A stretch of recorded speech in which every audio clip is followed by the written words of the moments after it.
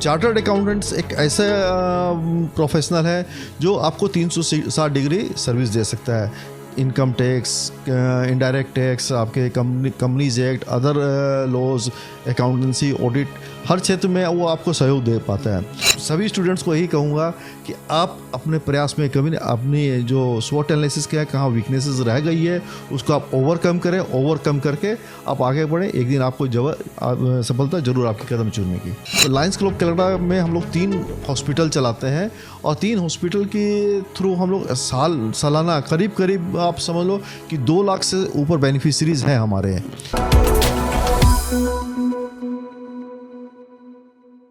दोस्तों नमस्कार, मैं प्रकाश चंद्रावड़ा। आप देख रहे हैं इस वक्त युवा शक्ति न्यूज़, हर खबर पैनी नज़र। दोस्तों आज हमारे साथ कोलकाता के एक मशहूर चार्टर्ड अकाउंटेंट कमल नयन जैन जी हैं और उनसे बातचीत करेंगे चार्टर्ड अकाउंटेंट्स के विभिन्न पहलुओं पर, और आपसे ये भी आप लोगों को बताएंगे कि किस प्रकार से सीए की जो डिमांड बढ़ी है उसको लेकर कितना क्रेज़ बढ़ता जा रहा है छात्रों में कि मुझे सीए की तैयारी करनी है। उन तमाम मुद्दों पर बातचीत करने के लिए हमारे साथ कोलकाता के मशहूर चार्टर्ड अकाउंटेंट कमल नयन जैन जी हैं। सर बहुत बहुत स्वागत है युवा शक्ति न्यूज़ में।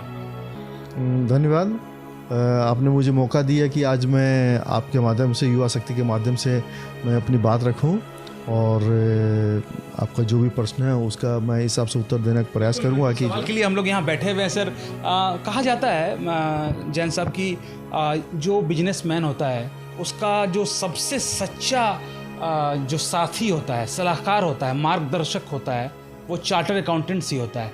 अगर एक सीए को जब हम लोग अपनी पूरी जिम्मेदारी दे देते हैं, काम हम लोग करते हैं लेकिन तमाम जो फाइल्स है अगर उन्हें सौंप दिया जाए तो कहीं ना कहीं जो बिजनेसमैन है वो रिलैक्स होकर बैठ जाते हैं क्योंकि वो मेरा साथी है, वो सब संभाल लेगा। कैसे इस बात पर कितना प्रकाश डालिएगा बताइए। इसमें कोई अतिशयोक्ति नहीं है कि एक चार्टर्ड अकाउंटेंट किसी भी बिजनेसमैन के लिए फ्रेंड्स, फिलोसोफर और गाइड की भूमिका का निर्वहन करता है। आज कोई भी आप बिज़नेस कर लो, जिस हिसाब से आज का वातावरण जिसमें कि कानूनी या डिजिटलाइजेशन इन्वायरमेंट या अन्य जो एडमिनिस्ट्रेटिव इन्वायरमेंट इतना फास्ट चेंजिंग है, उसमें कोप करना किसी भी बिजनेसमैन के लिए बहुत कठिन होता है। और बिजनेसमैन की जो मुख्य शक्ति होती है वो बिज़नेस करना होता है, न कि इन कंप्लाइंसेस को या लॉज को समझना होता है। तो एक चार्टर्ड अकाउंटेंट इन लॉज से आने वाली जितनी परेशानियाँ झंझटों से वो मुक्ति दिला के उसके बिज़नेस एक्यूमेंट को बढ़ाता है और वो उसे एक अच्छा और सफल बिजनेसमैन बनने में मदद करता है। इस तरह देश की आर्थिक शक्ति का भी विकास होता है और साथ ही साथ कह सकते हैं कि हमारी इकोनॉमी और भी अग्रसर होती है। अगर आमूल चून बात की जाए तो कहीं ना कहीं टैक्स में डेली कुछ ना कुछ स्लैब्स में परिवर्तन होते रहते हैं। बहुत सारे जीएसटी के जो सवाल आते हैं, तो जो एक बिजनेसमैन है वो कितना ध्यान रखेगा कि भाई कब कौन सा टैक्स में चेंजेस आ रहे हैं, कब मुझे टैक्स भरना है। तो इसीलिए अगर वो पूरी दायित्व अगर चार्टर्ड अकाउंटेंट्स को दे देता है तो इसमें गलती क्या है? नहीं, इसमें किसी भी तरह की गलती नहीं है, क्योंकि आज के दिन किसी के लिए भी, मैंने कहा कि वेरी फास्ट चेंजिंग रिजाइम में है, जहाँ की कानून या सिर्फ कानून ही नहीं, तकनीकी प्रक्रिया भी जो डिजिटलाइजेशन, कंप्यूटराइजेशन में जिस हिसाब से चेंजेस आ रहे हैं, इनको कोप करना किसी भी व्यक्ति के लिए, इवन कई बार प्रोफेशनल्स के लिए भी, कई बार नहीं, हमेशा हम लोग भी इसको कठिन पाते हैं। लेकिन लाइफ अब ऐसी होगी कि यू हैव टू चेज, मतलब मूविंग मिसाइल। तो उस केस में आपको अपने आप को ट्रेंड करते रहना पड़ेगा। और बिजनेसमैन का जो है, बिजनेसमैनशिप उसका मेन एक्यूमेन है, तो वो अगर इन प्रक्रियाओं में उलझेगा तो कहीं ना कहीं वो बिजनेस के ग्रोथ को कॉम्प्रोमाइज़ करेगा। इसलिए वो अपने दायित्व को यदि किसी चार्टर्ड अकाउंटेंट पे सौंप देता है तो मैं समझता हूँ कि ये अपने लिए भी अच्छा करता है और एक बिजनेस ग्रोथ के लिए भी अच्छा करता है। मुझे याद आता है कमल जैन जी की एक बार सीए डे के दिन हमारे देश के प्रधानमंत्री नरेंद्र मोदी जी ने कहा था कि चार्टर्ड अकाउंटेंट्स जो हैं वो बिजनेस के रीढ़ हैं और आप लोगों पर हम लोग पूरी तरह से आश्रित हैं। तो कभी इस विश्वास को कोई भी सीए जो हैं वो उस पर खड़ा हमेशा उतरने की उन्होंने उम्मीद जताई थी चार्टर्ड अकाउंटेंट से। तो अभी जो समय चल रहा है, बहुत सारे हम लोग देखते हैं कि चार्टर्ड अकाउंटेंट्स जो हैं उनके पास तमाम पासवर्ड्स हैं, तमाम मेल्स जो हैं जो व्यवसायी दे देते हैं, अपना सब कुछ उनको सौंप देते हैं। तो उसमें कभी कभी क्या होता है कि कुछ 19-20 भी हो जाती है। तो ऐसे में आपको नहीं लगता है कि कहीं ना कहीं वो अपने कार्य से पीछे हट रहे हैं और इससे गलत संदेश भी जाता है समाज में? देखिए, ट्रस्ट किसी भी प्रोफेशन का एक, मतलब आप कह सकते हो कि बैकबोन है। आप मेडिकल प्रोफेशन में आप डॉक्टर जब चीरफाड़ करता है तो आप पूरे के पूरे अपने शरीर को उसको सौंप देते हो। उसके एक क्रिमिनल के हाथ में भी चाकू होता है, एक डॉक्टर के हाथ में भी चाकू होता है, लेकिन आपको ट्रस्ट है कि उस चाकू को चला के डॉक्टर आपका जीवन बचाएगा। उसी तरह जब अपना पासवर्ड या और अन्य चीज़ों को एक चार्टर्ड अकाउंट करते हो तो आपका एक विश्वास है, और यह विश्वास को कमाने में मतलब समय लग जाता है। आज हमारा प्रोफेशन जो है काफ़ी पुराना प्रोफेशन है, और इस प्रोफेशन में मैं समझता हूँ कि कभी भी ऐसी स्थिति नहीं आई है कि जहाँ पे इस विश्वास को तोड़ा गया हो।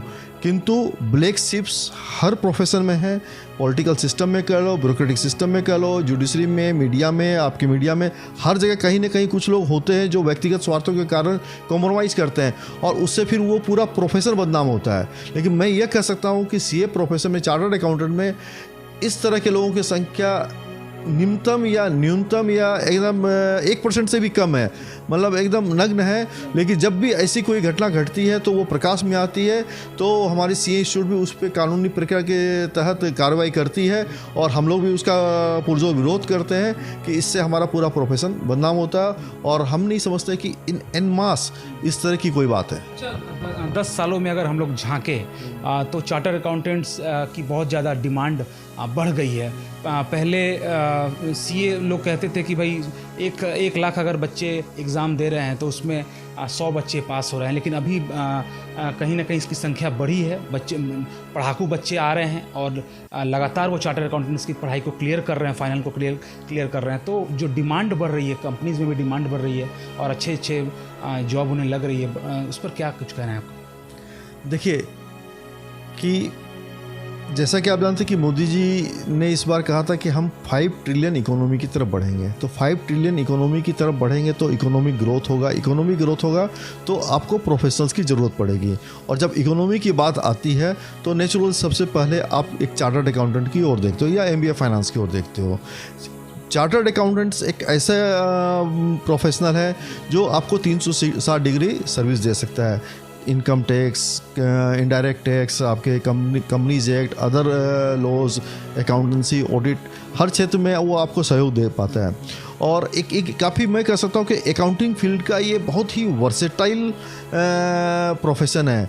आप देख लो कि आज के दिन शेयर मार्केट में रिसर्च एनालिसिस में काफ़ी चार्टर्ड अकाउंटेंट्स हैं, प्राइवेट इक्विटी में काफ़ी चार्टर्ड अकाउंटेंट है, अकाउंटेंसी में तो और टैक्स और कॉर्पोरेट लॉ में है ही है, कैपिटल मार्केट के अदर जो प्रोफेशनल एक्सपेक्टेशंस हैं वहाँ भी वो पूरी कर रहे हैं। तो एक बहुत ही वर्सेटाइल प्रोफेशन है, इसीलिए कि स्टूडेंट्स को लग रहा है कि हम इस प्रोफेशन में जाएं, और जहाँ भी वो अपनी भूमिका अपने रुचि के हिसाब से चाहे वो अपने आप को डिफाइन करते हुए इस प्रोफेशन में आगे बढ़ सकता है। दोस्तों, मैं आपको बता दूं कि कमल नयन जी एक मशहूर चार्टर अकाउंटेंट तो हैं ही, साथ में बड़े समाज सेवी भी हैं और एक सॉफ्ट दिल भी रखते हैं समाज के लिए, और कोरोना काल में भी इन्होंने बहुत कुछ लोगों के लिए किया है। सर, कौन कौन से किस किस सामाजिक संस्था से जुड़े हैं, दर्शकों को जरा अगर आप समाज से, मैं वैसे तो प्रोफेशनली सीए इंस्टीट्यूट का मैं पास्ट चेयरमैन में रहा हूँ और एसोसिएट कॉर्पोरेट एडवाइजर इंस्टीट्यूट का मैं पास्ट प्रेसिडेंट भी हूँ।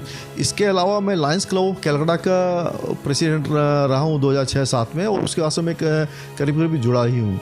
और इस लायंस क्लब कलकत्ता में हम लोग 3 हॉस्पिटल चलाते हैं, और 3 हॉस्पिटल के थ्रू हम लोग सालाना करीब आप समझ लो कि 2 लाख से ऊपर बेनिफिशरीज हैं हमारे, और तीनों हॉस्पिटल के 200 से ऊपर आई स्कैम हम लोग करते हैं। और किसी भी तरह के जो सोसाइटी के डिप्राइव्ड क्लास हैं उनको हम लोग जितनी भी मतलब जो है सेवा कर पाते हैं, हम कोशिश करते करें। मेरा अंतिम सवाल है कमल नयन जी से, सर कि जो बच्चे पढ़ाई कर रहे हैं सीए की, घर में 15 घंटे 16 घंटे तक वो पढ़ाई कर रहे हैं, और कभी कभी ऐसा होता है कि फाइनल जो है उसमें एक ग्रुप क्लियर हो जाता है, दूसरे ग्रुप के लिए वो छटपटाते रहते हैं कि कब क्लियर हो।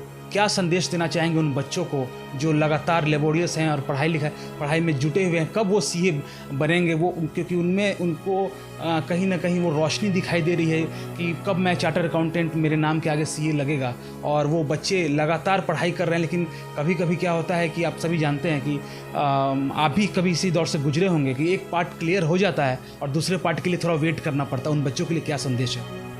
मैं वैसे सौभाग्यशाली रहा कि मैं उस दौर से नहीं गुजर पाया, किंतु मैं ये कहूँगा कि चूँकि हमारे ऑफिस में भी कई आर्टिकल्स रहते हैं, स्टूडेंट्स हैं, मैं सीए का चेयरमैन हूँ, तो मैंने बच्चों की इस सफरिंग्स को देखा है कि दोनों ग्रुप निकालने में दिक्कत होती है। एक बार एक ग्रुप निकलता है, एक ग्रुप में अटक जाते हैं।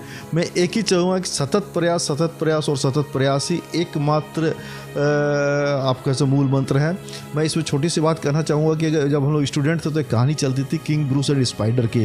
जब किंग ब्रूस लगातार युद्ध हार रहा था, 7 युद्ध वो हार चुका था, तो उसने देखा कि एक स्पाइडर वेब बनाने की कोशिश करा, जाल बुनने की कोशिश करा, और दीवार में वो बार बार सट कर वो कोशिश करा था, वो हर बार फेल हो जाता है। 8-10 प्रयास के बाद में वो उसमें आता है। फिर वो ब्रूस के मन में आता है कि नहीं, मेरे को भी ये प्रयासरत रहना है, और वो युद्ध जीतता है। मैं सभी स्टूडेंट्स को यही कहूँगा कि आप अपने प्रयास में कभी अपनी जो स्वॉट एनालिसिस क्या है, कहाँ वीकनेसेस रह गई है, उसको आप ओवरकम करें। ओवरकम करके आप आगे बढ़ें, एक दिन आपको सफलता जरूर आपके कदम चूमने की। बहुत बहुत धन्यवाद सर, ये कीमती समय देने के लिए। और दोस्तों, आप लोग देखते रहिए युवा शक्ति न्यूज़, हर खबर पैनी नजर।